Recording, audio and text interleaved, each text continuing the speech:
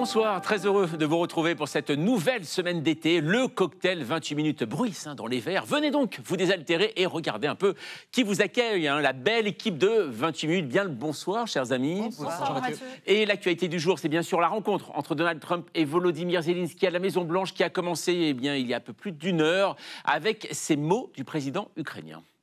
Thank you very much for your efforts. Personal efforts to stop killings and stop this war. Thank you. We need to stop this war to stop Russia, and we need support American and European partners. Alors Volodymyr Zelensky n'est pas seul à Washington, puisque 7 leaders européens sont sur place pour l'épauler. Mais que faut-il attendre de cette journée diplomatique à la Maison-Blanche? Donald Trump est-il prêt à céder à Vladimir Poutine ou les Européens peuvent-ils le convaincre de continuer à soutenir Kiev? Nous en débattrons. En fin d'émission, nous retrouverons ceux qui ont tout donné durant le pont du 15 août, Jokari, plage, karaoké, épuisant. Et attendez, chronique bien sûr.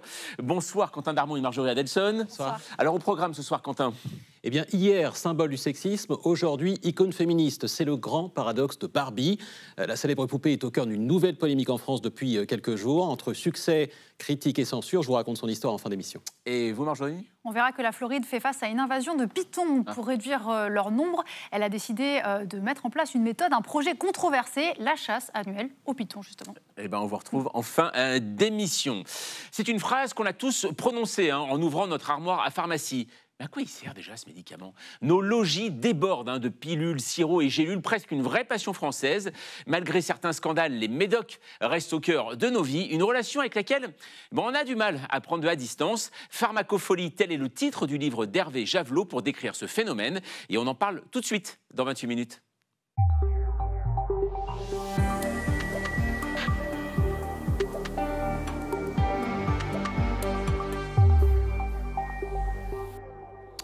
Bonsoir Hervé Javelot. Bonsoir. Alors vous êtes pharmacien, docteur en neurosciences. Votre livre Pharmacopholie, médicaments et société est publié chez Humaine Sciences. Je vous présente l'équipe de 28 minutes. Bonsoir Hélène Roussel. Bonsoir Jean-Mathieu. Bonsoir Natacha Triou. Bonsoir. Alors Hervé Javelot, vous dites dans ce livre que le médicament, c'est un peu comme la musique. Finalement, il y a des modes même pour le médicament. Et on pense aux psychédéliques, par exemple, qui reviennent à la mode, comme par exemple le LSD. On parle même des vertus du LSD aujourd'hui. Pourquoi ça? Oui, les psychédéliques qui caractérisent un petit peu ces effets de mode, c'est-à-dire qu'en fait, ils sont arrivés en fait, dans la deuxième moitié du XXe siècle. Bon, il y a eu des découvertes qui se sont échelonnées sur quelques décennies. Mais malgré tout, c'est vrai qu'à un moment donné, ça a été des substances qui ont fasciné. Elles ont été associées au milieu récréatif. Et puis, elles sont tombées dans l'oubli aussi parce qu'on a favorisé un peu cela. C'est-à-dire qu'en fait, elles ont tellement été associées finalement au milieu récréatif qu'on en a fait des drogues, finalement, des substances, on pourrait dire, indésirables. Et on les a chassées un petit peu de nos pharmacopées. Et puis, là, depuis quelques années, on pourrait dire pratiquement 15 ans maintenant, elles reviennent sur le devant de la scène comme des stratégies médicamenteuses potentiellement désirables. Eh bien, on va parler de tout ça dans un instant, mais sachez-le, avant ça, Hervé Javelot, vous avez le profil idéal pour être l'invité de cette émission. Et vous y figurez-vous, et pour nous expliquer justement quelle relation on a avec nos médicaments, et on voit ça tout de suite avec Olivier Boucreux. Hervé Javelot, vous êtes docteur en pharmacie et psychopharmacologue. Avec Pharmacopholie, vous racontez les 1001 vies du médicament. Pour nous délivrer une bonne dose d'esprit critique sans ordonnance, vous avez le profil idéal. Comme vous savez, le QT, c'est ce qu'on retrouve sur notre ECG. Le CG, on va avoir nos différentes ondes PQRST. Et donc, on a notre intervalle QT qui nous intéresse particulièrement. Formé à Nancy à ce langage étrange pour nous, novices, passé ensuite par l'INSERM et l'hôpital, vous savez aussi vulgariser la pharmacologie et délivrer ses secrets. Vous rappelez dans votre livre la très longue histoire du médicament, présent dès qu'il y a civilisation, et ses symboles comme le serpent d'Asclépios, capable de guérir ou d'empoisonner. Des camomilles mâchées par l'homme de Néandertal aux psychobiotiques explorés aujourd'hui, vous montrez que le médicament accompagne l'humanité depuis ses origines. Vous racontez ses découvertes heureuses, telles l'iproniazide, devenu par hasard le premier antidépresseur, et ses naufrages, comme celui du Mediator. Un médicament dangereux, au moins 500 personnes ont succombé à ses effets indésirables. C'est ce que les autorités sanitaires ont confirmé aujourd'hui. Vous déroulez un récit où l'âge d'or du médicament, ces décennies d'après-guerre où tout semblait possible, annonce la surconsommation occidentale ou la tentation transhumaniste. Vous critiquez aussi les priorités mondiales, cherchez à rendre mieux ceux qui vont déjà bien, plutôt que de lutter d'abord contre le sida ou le paludisme. Vous alertez aussi sur les influenceurs de TikTok, ces prescripteurs autoproclamés. Dernièrement, j'étais vraiment congestionnée, donc j'ai décidé d'essayer le truc de mettre des gousses d'ail dans mes narines. Capables de donner des conseils médicaux sans aucune qualification. Vous plaidez pour une ère de déprescription, acceptez qu'un rendez-vous médical se conclue par des conseils, une écoute, un temps partagé plutôt qu'une ordonnance. Car pour vous, le médicament ne soigne pas seulement un symptôme, il dialogue aussi avec nos peurs les plus profondes. C'est un objet symbolique de nos angoisses de mort et, à travers lui, le rêve de repousser la fin, même si c'est très utopique. Voilà Hervé Javelot. Alors dans votre livre Pharmacophilie, médicaments et société, on apprend une chose, c'est que le médicament n'est pas le propre de l'homme. Il paraît que, vous le dites, que le chimpanzé est un très bon pharmacien. Oui, en fait, alors c'est pas que le chimpanzé. En réalité, c'est le monde animal dans son ensemble, en fait, qui a recours à des stratégies médicamenteuses. Les chimpanzés, pour revenir à eux, effectivement, on s'en rend compte, c'est-à-dire qu'ils ont, par exemple, à la saison des pluies, qui sont des saisons qui vont les exposer, par exemple, à des infections parasitaires. On se rend compte qu'ils vont avoir recours à des stratégies dont on se rend compte en les étudiant secondairement quelles sont les stratégies médicamenteuses. On peut difficilement parler du médicament sans parler de scandale. Vous en rappelez quelques-uns dans votre livre, les années 50, 60, avec ces enfants thalidomide, ces enfants phoques, les enfants aussi d'Istilben. Est-ce que vous pouvez nous rappeler en quelques mots, nous raconter un peu en quelques mots qui étaient ces enfants ? Alors, pour revenir sur ces deux scandales, en fait, le thalidomide, donc c'est un médicament qui est utilisé au départ dans des indications qui sont banales. Pour juste resituer, vous aviez par exemple le Contergan qui était simplement un médicament pour lutter contre les insomnies. Et puis, ce qui se produit quelquefois, c'est qu'il y a un dépassement d'utilisation. On va l'utiliser, des médecins vont l'expérimenter finalement pour lutter contre les nausées que peuvent connaître les femmes enceintes. Et en fait, c'est secondairement qu'on va se rendre compte de ces terribles incidences, c'est-à-dire en fait des effets, ce qu'on va appeler les phocomélies ou les amélies, c'est-à-dire en fait des enfants qui vont naître sans membres ou avec des membres tronqués. Et puis dans le cas du diéthylstilbestrol, là c'est ce qu'on a appelé le scandale du DES, de l'acronyme. Eh bien là c'était quelque chose finalement qui a été dramatique aussi sur plusieurs générations. C'est-à-dire qu'en fait ce médicament il était utilisé pour lutter contre les fausses couches. On pensait qu'elles étaient essentiellement d'origine hormonale. Et en fait ce traitement c'est un œstrogène de synthèse. Et en fait on l'a utilisé pour lutter donc contre ces contextes-là. Et c'est secondairement qu'on s'est rendu compte que non pas les patientes étaient directement concernées, elles n'avaient pas d'augmentation par exemple de cancer, mais que c'était les filles, puis les petites filles, mais aussi les garçons, puis les petits garçons, enfin les petits enfants. En fait, donc une génération puis deux générations qui avaient des conséquences en termes de malformation et en termes de cancer. On a évoqué à l'instant les effets de mode, mais il y a aussi des best-sellers comme l'Ozempic, ce médicament pour maigrir. Est-ce qu'il n'y a pas aussi des risques d'excès dans nos consommations ? Si, en fait, c'est toujours ça. C'est-à-dire que quand il y a, on va dire, une focalisation sur une nouveauté, il y a toujours en creux cette inquiétude de se dire, finalement, est-ce qu'on ne va pas aller vers une dérive ? Et typiquement, l'Ozempic peut incarner cela aussi, même si pour l'instant, encore une fois, on va dire, les signaux sont ouverts, puisqu'en fait, on a affaire à une molécule qui est avantageuse, elle fait perdre du poids, elle permet de lutter contre le fléau de l'obésité, notamment aux États-Unis. Mais ce qui inquiète toujours, c'est de voir quand il y a un espèce de dépassement du cadre initial. C'est-à-dire qu'on a des médicaments qui sont fléchés vers une indication, par exemple l'obésité, mais on voit que subitement, il y a des démultiplications. Et aujourd'hui, on a une particularité, c'est les réseaux sociaux qui peuvent amplifier les choses. Et l'Ozempic, par exemple, est un très bon exemple. On se souvient d'Elon Musk qui avait posé en Père Noël et qui disait qu'il était un Père Noël sous Ozempic. Donc on voit que quand on a des personnalités comme ça qui relaient sur les réseaux, bien sûr, ça peut donner des idées à beaucoup de gens. Le drame là-dedans, c'est d'avoir des gens qui n'ont pas d'obésité, pas de diabète, et qui en viennent à l'utiliser juste pour perdre un peu de poids. Voilà, à propos des réseaux sociaux, vous parlez de prescription TikTok, même, c'est ce que vous utilisez dans votre livre. Alors, il y a une expression qui s'est répandue dans les milieux complotistes, mais pas que, chez un peu aussi monsieur et madame tout le monde, c'est l'expression Big Pharma. Vous la connaissez bien, cette expression, comme quoi, finalement, un lobby de pharmaciens et de médecine et de laboratoires dirigerait des pays. Qu'est-ce que vous en pensez de cette expression ? Est-ce qu'il y a une part de vrai dans cette expression ? C'est malheureusement, on pourrait dire, c'est tout le drame à chaque fois des penchants complotistes. C'est qu'ils sont bien sûr dans leur démesure injustifiée et en même temps, ils se nourrissent de réalité. Oui. La réalité de Big Pharma, si on veut caricaturer les choses, c'est vrai que le poids de l'industrie pharmaceutique est très conséquent, que les médications qu'ils proposent envahissent finalement nos quotidiens et nos vies.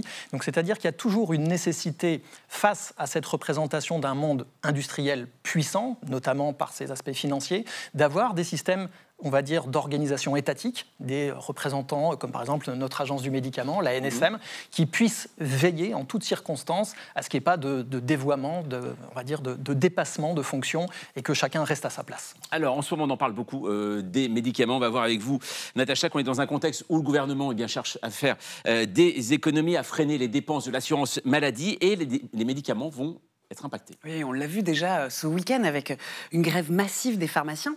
On pouvait lire sur les devantures, hein, votre pharmacie ferme un jour pour ne pas fermer pour toujours. 90% des officines françaises ont baissé leur rideau ce samedi. Elles dénoncent la hausse du prix d'achat des médicaments génériques qui constituent un pilier de leur modèle économique.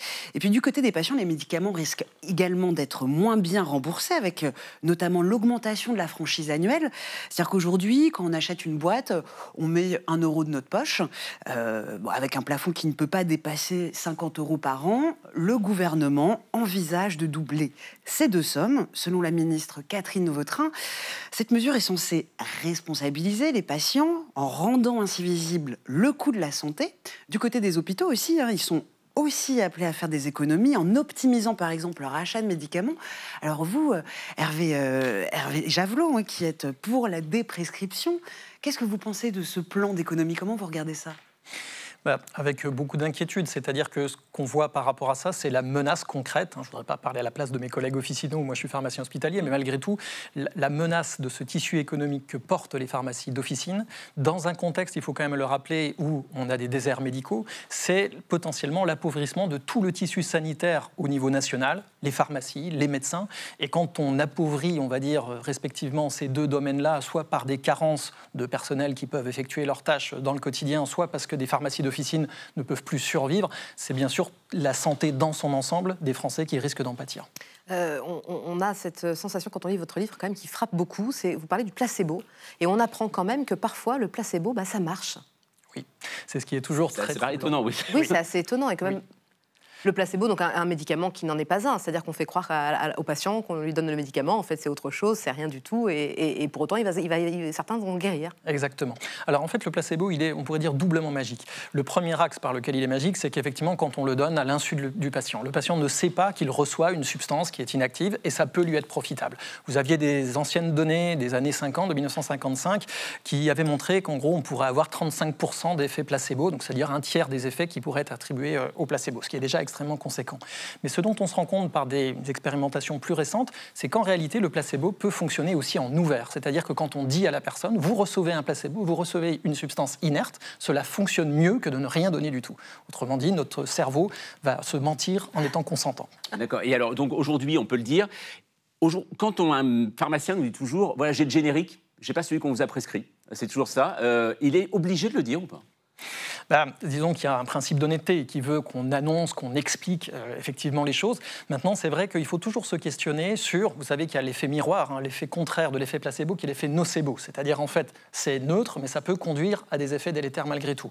Et associé à ce qu'on appelle le placebo, il y a l'effet placebo, donc on peut avoir l'effet nocebo aussi. Autrement dit, quand on insiste trop en me disant c'est un médicament générique, c'est une copie, potentiellement il coûte moins cher, on ne sait jamais si cette démarche-là ne va pas ancré dans l'imaginaire de la personne, ce qui pourrait être les germes d'un effet nocebo, donc de quelque chose de contre-productif. Bien voilà pourquoi c'est passionnant de s'intéresser aussi aux médicaments. Merci beaucoup Hervé Javelot, Pharmacophilie, Médicaments et Sociétés, publié chez Humaine Science. Merci beaucoup d'être passé ce soir par 28 minutes.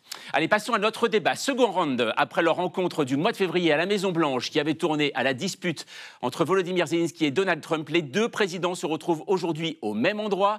7 leaders européens, dont le président français et le chancelier allemand, accompagnent le chef d'État ukrainien à Washington. Mais pour quels résultats pourront-ils faire infléchir un Donald Trump de plus en plus séduit par une paix immédiate favorable à la Russie? L'Europe peut-elle sauver l'Ukraine d'un destin tragique? Nous en débattons juste après la mise au point d'Amira Swilem. Ces deux-là ne s'étaient pas vus depuis 6 mois. Retrouvailles Trump-Zelensky à la Maison-Blanche aujourd'hui.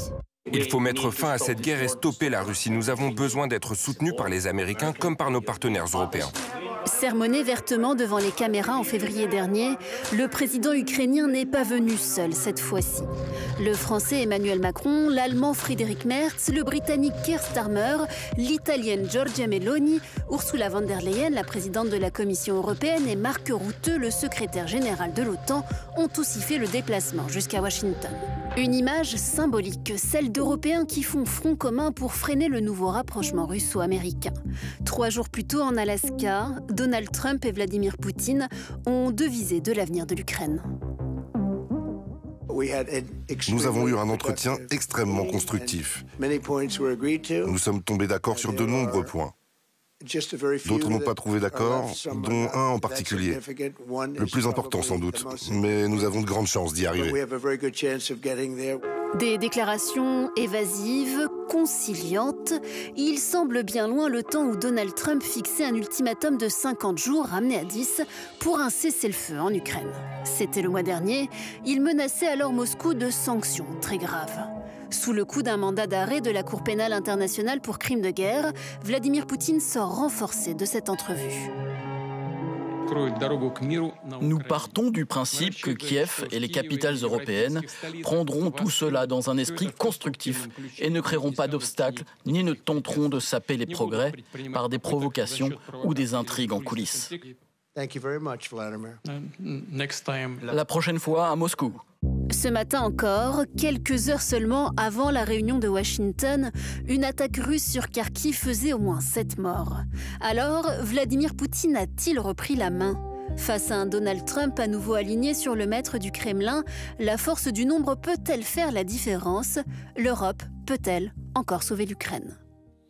Voilà, et pour en parler, nous recevons ce soir Laurie Kenneton. Bonsoir. Bonsoir. Vous êtes maître de conférence à l'université Versailles-Saint-Quentin, spécialiste des États-Unis.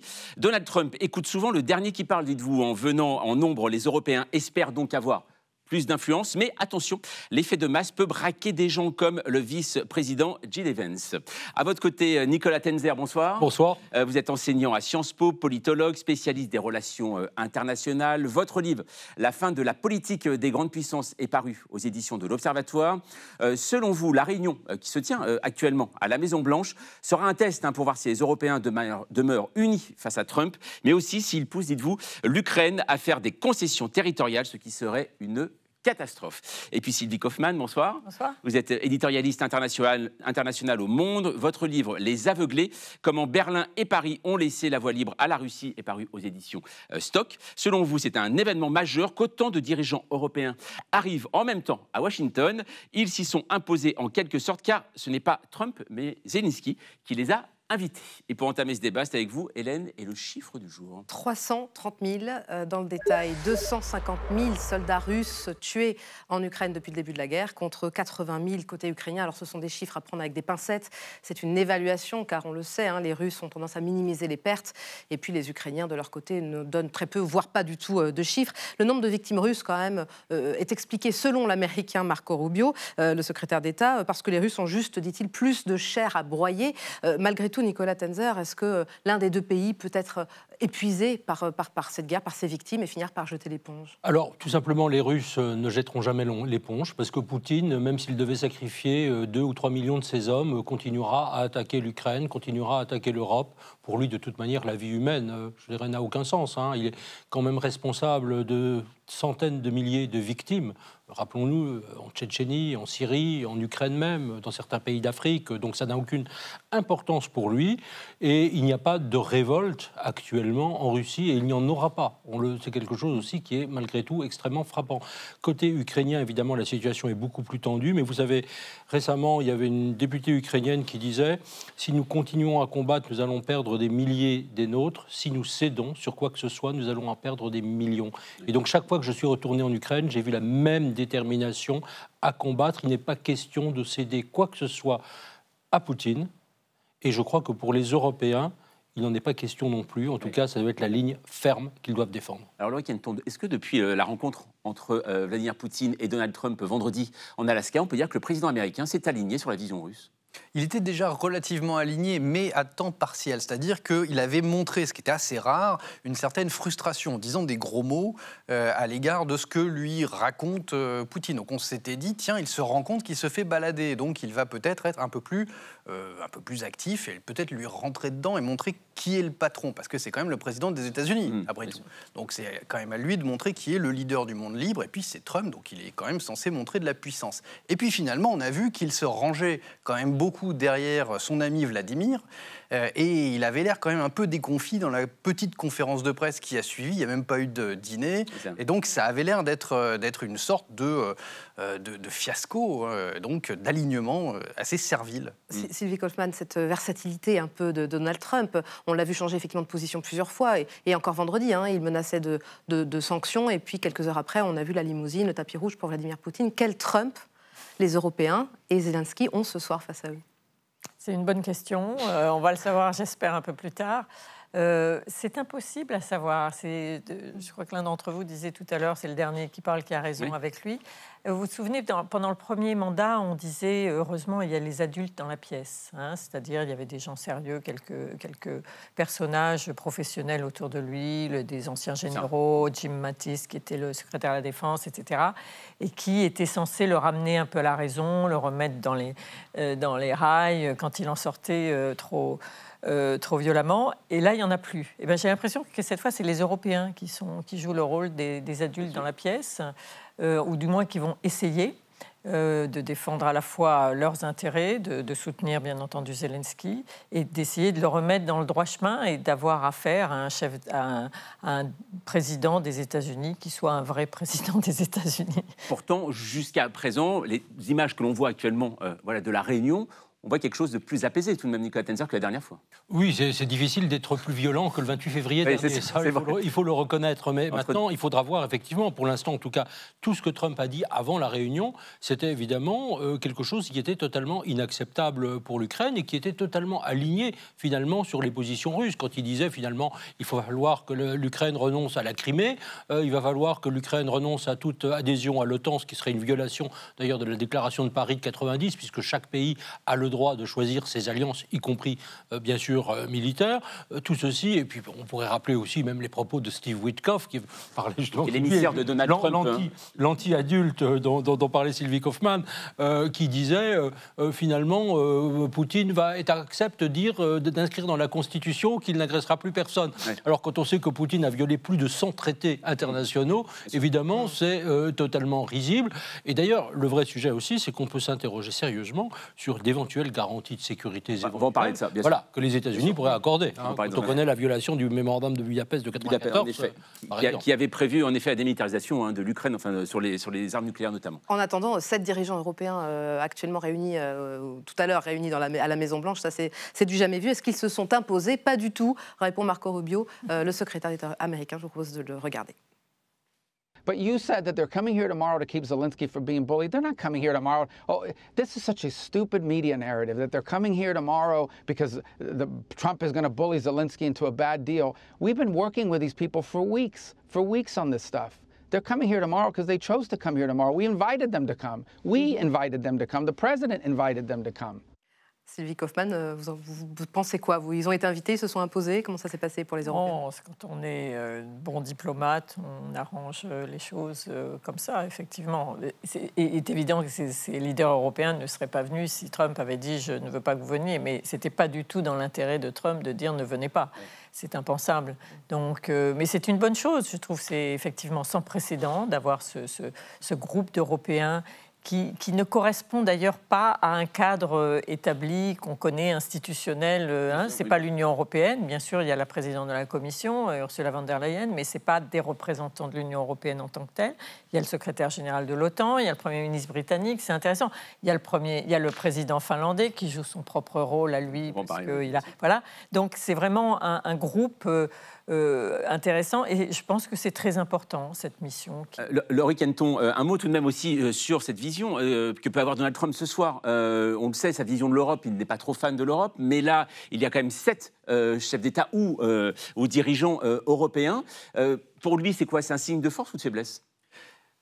C'est un investissement. Il a envie que les Européens en fassent plus. Mais ça dépasse Trump. Déjà, Obama a trouvé que les Européens n'en faisaient pas assez, que tout le monde se reposait beaucoup trop sur les États-Unis. Donc il y a une ligne continue depuis Obama pour faire en sorte que les Européens s'occupent davantage de leur protection. Là, l'idée, c'est vraiment ça. C'est vous êtes là, vous êtes partie prenante, vous allez en faire davantage.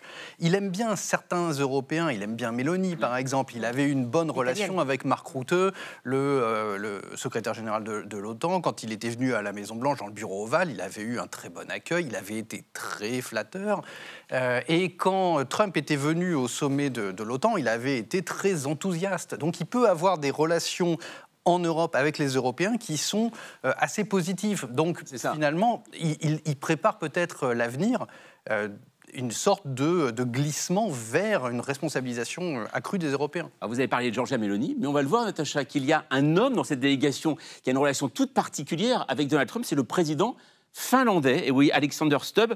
Pourquoi d'ailleurs il fait partie de cette délégation Oui, c'est vrai que sa présence comme ça peut paraître assez étonnante. La Finlande ne compte que 5,6 millions d'habitants et elle n'est que la 15e économie européenne. Mais l'atout secret d'Alexander Stubb, c'est le golf. Là, grâce à ce sport, le président finlandais est devenu très proche de Donald Trump. En mars, on les voyait ensemble sur le green de Mar-a-Lago, le fief de Trump en Floride. Depuis, il serait le nouveau meilleur ami de Trump, son new besties, et les deux hommes échangent régulièrement par téléphone. Alors, Alexander Stubb est aussi un fervent allié de l'Ukraine. Oui, alors suite à l'humiliation de Zelensky en février, c'est lui qui aurait apaisé la colère de Trump. En juillet, le président ukrainien a d'ailleurs remercié de l'avoir aidé à rétablir le lien avec les États-Unis. Stubb conseille également à Trump d'être plus dur avec Vladimir Poutine. Il faut dire que son pays, qui partage plus de 1300 km de frontières avec la Russie, a choisi de sortir, de quitter de sa neutralité pour rejoindre l'OTAN en mars 2023. Sa présence dans la coalition des volontaires est donc un peu pensée comme un trait d'union entre l'Europe et les États-Unis. Sylvie Kosman, est-ce que les Européens ont tout intérêt, ont raison de prévoir des amortisseurs face justement à la personnalité éruptive de Trump, des amortisseurs qui pourraient comme ça justement l'apaiser, le mettre en confiance? Oui, bien sûr, bien sûr. Et vous avez parlé de Mélanie. Oui, c'est vrai qu'elle a elle a à la fois cette relation parce que politiquement, elle est proche de lui. Hein, elle est quand même la première ministre d'un parti d'extrême droite. Elle a aussi une personnalité qui fait qu'elle parle facilement, elle parle anglais, etc. Donc elle a une sorte de rapport avec Trump qui marche pas trop mal. Donc Alexander Stubb, le Finlandais, il a aussi cette relation particulière. Avec le golf, c'est vrai, parce qu'ils ont passé 7 heures dans cette séance de golf. Ils ont passé 7 heures ensemble, petit déjeuner, golf, déjeuner. Donc, et pendant ce temps, Stubb lui a vraiment briefé sur la Russie, et il a une vision de la Russie qui n'est pas tout à fait celle de Trump. Donc c'était vraiment un entretien productif. C'est une séance de golf très productive. Il y a Merz qui a maintenant le chancelier Merz allemand qui a réussi à établir aussi une assez bonne relation. Il se téléphone régulièrement. Je crois que Starmer, ça va aussi. Bon, c'est moins chaleureux, le Premier ministre britannique. Alors, je crois qu'avec Macron, ça a bien marché pendant longtemps et ça s'est un peu refroidi depuis le G7 du Canada et aussi, évidemment, à cause de la reconnaissance de l'État palestinien par la France. Il y a un problème quand même, c'est que, contrairement à Trump, les Européens ont beaucoup moins confiance dans la parole de Poutine et demandent, avec Zelensky, évidemment, l'Ukrainien, des garanties de sécurité. Nicolas Tenzer, ça peut être quoi, les garanties de sécurité? Ça peut être des Français, des soldats français au front russe demain? Vous savez, il y a deux questions dans une. C'est en cas d'agression, de réagression de la Russie. Il y a la première chose, c'est est-ce que le déploiement de forces de sécurité d'un certain nombre de pays membres de l'OTAN en Ukraine, c'est quelque chose qui suit un accord de paix ou qui se fait indépendamment d'un accord de paix ou même d'un cessez-le-feu. L'hypothèse qu'Emmanuel Macron avait évoquée le 26 février 2024, évidemment, on n'était pas du tout sur une sorte d'accord de paix quelconque ou de cessez-le-feu avec la Russie. Et puis après la présence, l'arrivée de Trump à la Maison-Blanche, c'est devenu, s'il y a un accord de paix, alors il va falloir déployer des forces de sécurité. C'est quand même quelque chose qui est très différent, parce que si on a un accord de paix où l'Ukraine serait amenée par la force à céder des territoires, les forces de sécurité auront un travail beaucoup plus considérable à entreprendre, parce qu'il faut savoir que ces territoires occupés évidemment par la Russie ne seront pas du tout des territoires démilitarisés, il y aura des forces. On sait déjà que dans ces territoires occupés, au-delà des déportations, des assassinats, des tortures évidemment régulières par les Russes des populations, vous avez des enfants, des adolescents, 1,5 million qui sont enrégimentés pour en force faire des forces qui après seront destinées à combattre leurs frères et sœurs ukrainiens et un jour l'Europe. Bon. Donc la question des forces de sécurité, c'est, admettons qu'on les déploie. Là, hier, Emmanuel Macron a dit oui, mais elles ne sont pas là du tout pour combattre, elles sont là pour protéger. Oui, mais il y a quand même un vrai sujet, qui est la question de la doctrine d'emploi. C'est-à-dire que si, demain, les Russes attaquent des soldats polonais, français, finlandais, etc., en Ukraine, il faut bien qu'ils aient les moyens de répondre. Et ça, évidemment, c'est quelque chose qui n'est pas traité et dont on ne parle pas pour des raisons d'ailleurs qu'on comprend assez bien. Loïc Ganton, ce soir, Donald Trump a dit que les États-Unis allaient s'impliquer dans la sécurité de l'Ukraine sans parler de l'adhésion à l'OTAN, bien sûr. Mais est-ce que ça tranche pas un petit peu avec la position justement isolationniste de Trump qui ne voulait pas impliquer les États-Unis finalement dans d'autres conflits? Alors complètement. Il voulait surtout, mais ça, Obama était dans la même ligne. Il y avait toute cette espèce d'épuisement des guerres de Bush, et donc George Bush avec l'Irak, l'Afghanistan. Et c'est une des raisons pour laquelle Obama, à son époque, n'avait pas voulu qu'il y ait la moindre intervention pour défendre la Crimée. On est en 2014. Donc on est déjà dans cette matrice-là. Là, Trump était celui qui voulait arrêter toutes les guerres et faire la paix. Et surtout n'envoyer absolument personne sur le terrain. Là, l'équation était assez profitable pour les États-Unis. On envoie du matériel militaire. Les usines, au Texas en particulier, État rouge républicain, tournent à plein régime. L'emploi se porte très bien. Et il n'y a pas un boy qui est tué au combat. Donc, c'est vraiment la quadrature du cercle. Mais là, l'implication américaine, ça reste un énorme point d'interrogation, parce qu'en pratique, qu'est-ce que ça veut dire? Et puis avec Trump, on sait que les choses changent très rapidement. Très erratique. Donc, on va regarder la carte, on parlait des territoires et des concessions territoriales, il y a des cartes qui sont très parlantes, on parlait de 2014, l'Ukraine de 2014, avant 2014, voilà, et en 2014, c'est l'annexion de la Crimée, ça commence comme ça. Et puis ensuite, pendant 11 ans, jusqu'à 2025, jusqu'à aujourd'hui, vous allez voir tous ces territoires du front Est qui passent peu à peu sous le joug russe. Est-ce que finalement, s'ils veulent arrêter la guerre aujourd'hui, Sylvie Kaufmann, les Ukrainiens peuvent-ils éviter de perdre des territoires? Est-ce que c'est possible? Officiellement, non. C'est très difficile pour un pays agressé de dire OK, on va pouvoir céder des territoires. Bon, en réalité, dans les conversations privées, je crois qu'il y a une conscience parmi les Ukrainiens, y compris au niveau politique, qu'à un moment donné, il faudra, si on veut vraiment la paix, il faudra non pas céder des territoires, mais reconnaître qu'ils sont occupés. Il n'est pas question d'avoir une reconnaissance juridique de la présence russe dans ces territoires occupés. Il n'est pas question de dire, voilà, c'est une annexion, c'est OK, y compris sur la Crimée d'ailleurs. La Crimée comme le Donbass, bien sûr, bien sûr. Pas aux mains il n'y aura pas, voilà. Mais on peut dire, OK, ils sont là. On continue à revendiquer ces territoires. Les pays occidentaux peuvent dire, pour nous, ce sont des territoires occupés. On ne reconnaît pas l'annexion, etc. Ce sont des territoires ukrainiens. Ce qui compte à ce moment-là, pour que cette situation de fait soit acceptable, c'est que l'Ukraine ait ces fameuses garanties de sécurité. Oui. Dans le reste de l'Ukraine, disons 80% du territoire, 90%, j'en sais rien, ça sera décidé dans les négociations, mais il faut que le reste, le pays, l'Ukraine, puisse être viable, être indépendant, être souverain et puisse être en capacité de dissuader la Russie de réattaquer. C'est ça qui est essentiel dans cette affaire. Mais Nicolas Tenzer, ça veut dire que, là on a parlé des boys tout à l'heure, alors si les boys n'y vont pas, ça veut dire que demain, il peut très bien y avoir des soldats français sur le sol ukrainien, britanniques également, pour défendre l'Ukraine. Est-ce que vous pensez aujourd'hui l'opinion publique et les présidents et les chefs d'État prêts à faire cette démarche? Alors, je pense que l'opinion publique n'est pas quelque chose n'est pas un donné. C'est quelque chose aussi qui se travaille et sur lesquels les dirigeants des pays européens peuvent avoir aussi une influence. C'est-à-dire qu'il faut aussi parler de la réalité de la guerre. Quand, il y a quelques semaines, le général Burkhardt, par exemple, le chef d'état-major des armées sortant, disait « Attendez, en 2030, la Russie peut attaquer un pays européen » et il disait la même chose que ses homologues ou les chefs de renseignement d'autres pays européens. Il n'est pas du tout isolé en Europe à faire ce constat.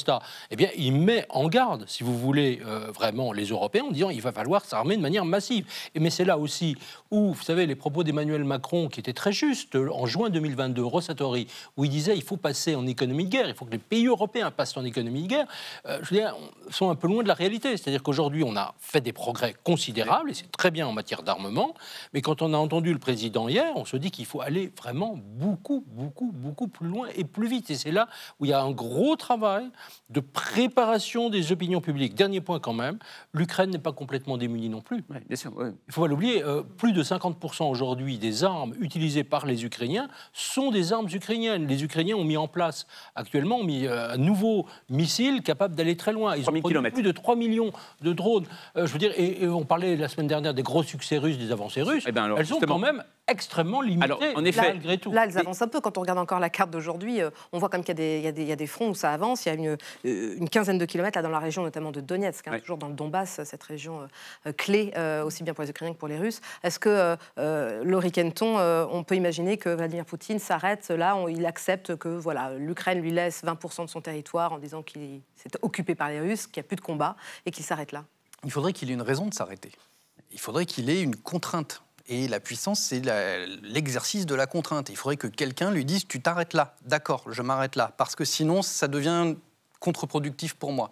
Tant qu'il n'y a pas un cessez-le-feu ou des choses comme ça, il continue à avancer, on le voit tous les jours, il continue à pilonner, et il est relativement peu contraint.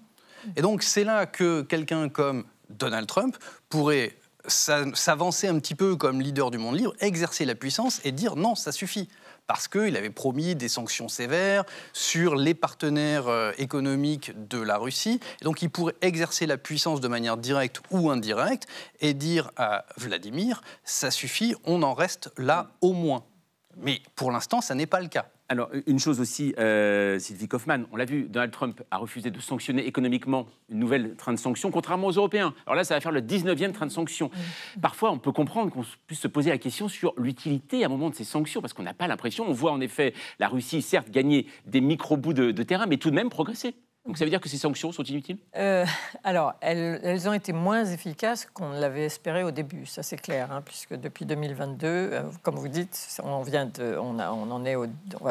prépare le 19e paquet de sanctions, voilà. Donc ça fait beaucoup. On y est allé progressivement, parce qu'au début, on ne pouvait pas toucher au pétrole, parce qu'on en avait besoin, il ne fallait pas que ça nous fasse du mal, etc. Donc forcément, et puis l'économie russe avait des réserves. Il y avait ce fonds souverain, par exemple, qui était très important, et dans lequel Poutine pouvait puiser pour financer son armement, son industrie de l'armement. Certains dirigeants de l'économie russe, notamment la fameuse présidente de la Banque centrale russe, se sont très bien débrouillés. Donc, en fait, l'économie russe a survécu mieux qu'on ne l'avait pensé. Mais maintenant, je pense, d'après les chiffres, d'après toutes les études qu'on voit, qu'elle est vraiment dans un état de faiblesse qu'elle n'avait pas connu jusqu'ici. Donc, c'est vrai que là, si les États-Unis se mettaient à imposer des sanctions, notamment ces fameuses sanctions secondaires, c'est-à-dire pour empêcher les revenus des hydrocarbures de continuer à financer la guerre russe, ça aurait de l'effet. Ça aurait un effet plus radical que ça n'a eu jusqu'ici, c'est vrai. Merci beaucoup en tout cas à vous trois d'être venus ce soir débattre de ce sujet sur le plateau de 28 minutes. Sûr qu'on continuera à parler bien sûr de ce sujet et la guerre en Ukraine. Allez, dans un instant, avec Quentin Armand et Marjorie Adelson, nous nous intéresserons à un autre sujet, à Barbie, dont une projection du film a créé la polémique en banlieue parisienne, avant de partir en Floride pour un concours de chasse aux pitons. Et oui, alors on n'hésite pas à prendre des risques, nous, à 28 minutes. Mais avant cela, rejoignons le Spider-Man de la culture générale. Il tisse sa toile pour vous rendre plus intelligent qu'au début de l'été. Et figurez-vous que ça fonctionne très bien. Et donc, une nouvelle fois, Victor de Quiver vous le promet, ce soir, vous dînerez moins bête. Faut-il se travestir pour être utile à la nation? La question vous paraît farfelue, et pourtant... En 1914, alors que la Première Guerre mondiale fait rage, Marie Marvin, surnommée la fiancée du danger par la presse de l'époque, ne supporte pas de rester à l'arrière pendant que les hommes se battent. Cette Lorraine de 39 ans, déjà célèbre pour avoir traversé la Manche en ballon, a une idée. Elle se fait couper les cheveux, enfile un uniforme militaire et devient le soldat Beaulieu du 42e bataillon de chasseurs à pied. Pendant 47 jours, cette poilue aurait mangé de la soupe au rutabaga, dormi dans la boue, affronté l'ennemi et dans les tranchées, personne n'aurait remarqué la supercherie. Jusqu'au jour où elle porte un message au colonel d'un régiment voisin qui se trouve être son propre cousin. L'officier ne la reconnaît pas et lui offre même une pièce pour boire un verre. Marie, piquée au vif, aurait retiré son casque et lancé « Ça ne se fait pas dans la famille ». Imaginez un peu la tête du pauvre homme. Selon son biographe, la mascarade n'aurait pas duré longtemps. D'autres officiers découvrent son identité, mais le maréchal Foch, impressionné par son courage, l'aurait autorisé à rester au front en tant qu'infirmière cette fois. Marie Marvin ne se cantonnera pas à ce rôle de garde-malade. Elle veut maintenant créer des avions-ambulances pour sauver les vies sur le champ de bataille. Un projet révolutionnaire qu'elle finance elle-même, parcourant la France pour donner des centaines de conférences. Imaginez un peu, un avion plongeant sous les tirs ennemis pour récupérer les blessés, puis filant à toute vitesse vers les hôpitaux de l'arrière. une idée folle qui finira par s'imposer dans toutes les armées du monde. Et si certains historiens remettent en question quelques-uns de ses exploits, la ville de Nancy fait activement campagne pour son entrée au Panthéon. Dans un monde où les femmes sont invisibles, faut-il travestir un peu la réalité pour être utile à la nation? Vous avez 4 heures, et en attendant, vous dînerez moins bête. Merci Victor de Quiver, mais quelle régalade une nouvelle fois, on est à satiété. Allez, on les retrouve enfin, Quentin Darmon et Marjorie Adelson. Et Quentin, on commence avec vous. Vous allez nous parler ce soir d'une très célèbre poupée au centre d'une polémique. Face aux menaces d'un petit groupe d'habitants, le maire de Noisy-le-Sec, en Seine-Saint-Denis, a préféré, début août, annuler la projection de Barbie. Les adversaires du film l'accusent entre autres de promouvoir l'homosexualité. Oui, Barbie fâche, Barbie dérange. On lui fait dire un petit peu tout et son contraire, et en même temps, elle est habituée. Depuis sa naissance en 1959, elle détonne complètement dans le monde très masculin du jouet. Alors d'abord parce que sa créatrice est une femme, mais aussi parce que cette dernière propose une rupture radicale avec la poupée traditionnelle, qui est d'habitude une mère ou un bébé. Et là, en fait, il s'agit d'une femme indépendante et comble de l'indécence, en plus avec des seins. Et elle a montré aux femmes la porte de sortie de la cuisine, selon l'autrice américaine Mary J. Lord. Alors, ne nous emballons pas trop non plus. Quelques années plus tard, une version ado est vendue avec une balance et un livre de régime intitulé « Don't eat », ne mange pas. Autrement dit, c'est l'histoire de rappeler qu'elle doit quand même se conformer aux injonctions sexistes de l'époque. Et c'est là justement tout le paradoxe de Barbie. Tantôt symbole d'émancipation, notamment quand elle devient par exemple femme d'affaires, astronaute ou même présidente des États-Unis. Tantôt ramenée à des stéréotypes féminins jugés discriminatoires, comme en 1992, lorsqu'elle explique dans sa voix que les cours de maths sont difficiles. Alors en représailles, un groupe appelé, c'est très sérieux, la Barbie Liberation Organization échange la voix de la poupée avec celle du G.I. Joe, sa version masculine et guerrière, pour ensuite les remettre en rayon. On pouvait alors trouver en magasin une Barbie qui scande haut et fort « À moi la vengeance », alors que le soldat américain, lui, se dit plutôt partant pour une virée shopping. Alors Barbie, par contre, là, est totalement réhabilitée en 2023, puisque le film, on va dire, la consacre comme une icône féministe, presque, une égérie féministe. C'est ça, dans son film, Barbie sort du monde parfait de Barbieland pour se confronter au monde réel, où elle découvre des inégalités et surtout les limites imposées aux femmes par les hommes. Alors, véritable œuvre féministe engagée ou bien pub géante déguisée en satire pseudo-militante, c'est le débat de l'été 2023. Rappelez-vous, chacun choisit son camp. Alors en tout cas, c'est un triomphe. Près d'1,5 milliard de recettes au box-office. Les ventes de poupées bondissent de 20%. L'opération marketing a parfaitement fonctionné. Et Barbie, plus que jamais, réinventée. Alors Barbie est donc rentrée dans une nouvelle ère. Alors où est-ce qu'elle en est en 2025 ? Eh bien, figurez-vous que ça va pas fort. L'effet du film a fini par s'estomper. 25% de ventes de poupées en moins. Et pour ne rien arranger, Barbie a également très peur des droits de douane de Donald Trump, puisque les poupées sont fabriquées en Asie. Leur augmentation devrait provoquer une hausse des prix. Bref, Barbie ne voit donc plus vraiment la vie en rose bonbon, mais elle peut toujours se consoler en se disant qu'elle reste toujours à 66 ans, un miroir de notre époque, dans lequel chacun peut y déceler ses propres obsessions. Merci beaucoup, Quentin. Allez, Marjorie, avec vous, on reste aux États-Unis, mais on va plus au sud, on va en Floride, qui fait face à une invasion de pythons birmans. Dites-vous, pour lutter contre ce fléau, la Floride a donc mis en place un projet controversé, un concours pour les chasser. Oui, le python peut carrément avaler un alligator. Alors comment ? Grâce à ses mâchoires, vous voyez l'image élastique, ces mâchoires lui permettent de gober un animal qui fait jusqu'à 5 fois sa taille. Bon, alors il va mettre plusieurs mois pour digérer, mais voilà, le message est clair, ce serpent est dangereux, d'où l'idée de cette chasse. Cette année, lors du concours annuel, un record a même été atteint. Presque 300 pythons ont été capturés dans le fameux parc naturel des Everglades en Floride. La gagnante de l'édition 2025, c'est elle, Taylor Stanbury. À elle seule, elle a capturé et tué 60 pythons en 10 jours. Comment ? Grâce à un arsenal spécifique, avec notamment un pistolet spécial d'abattage qui permet de tuer le serpent sur le coup. $50 de récompense pour un python qui fait à peu près 1 mètre. Mais plus il est gros, plus il vaut cher. La semaine dernière, la gagnante a donc empoché $10 000. Au total, plus de 900 personnes ont participé, le tout sous l'égide de l'Agence publique de gestion de la faune et de la flore de Floride. Mais alors, ce projet était vraiment nécessaire ? C'est un petit peu la question, parce que c'est vrai que le python, c'est l'ennemi numéro 1 de l'écosystème en Floride. Certaines espèces, par exemple, comme les renards ou les lapins, ont été éliminés par ces serpents à 95%. Voilà aussi ce qu'on a retrouvé dans leur estomac. un husky, des chats, ça c'est pour les animaux domestiques, mais aussi des espèces protégées comme par exemple l'aigrette bleue ou le tantale. Bref, vous comprenez que le python n'est pas un invité difficile, il aime manger de tout. Bien sûr. Autre problème, ce serpent se reproduit très vite. Chaque femelle pond entre 50 et 100 œufs par an. La situation devient donc rapidement hors de contrôle, surtout qu'un python peut vivre facilement jusqu'à 30 ans. Alors faut-il pour autant organiser cette chasse massive ?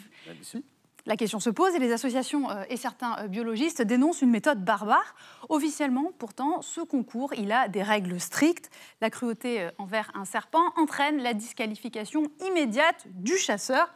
Mais difficile, vous le comprenez, de surveiller tous les participants, car il y a des pros, comme la gagnante qu'on vient de voir, mais dans le lot, il y a aussi ceux qui voient là une occasion de connaître quelques sensations fortes, et ils y vont comme des bourrins, c'est-à-dire à la main, en essayant d'étrangler ou d'assommer le serpent, et ce pendant plusieurs minutes. D'assommer, d'accord. Alors, est-ce qu'il existe d'autres solutions, Marjorie ? Eh bien, peut-être du côté de la mignonnerie, plutôt que de la barbarie. Il y a quelques mois, des lapins robots en peluche ont été confectionnés et lâchés dans le parc naturel. Vous les voyez.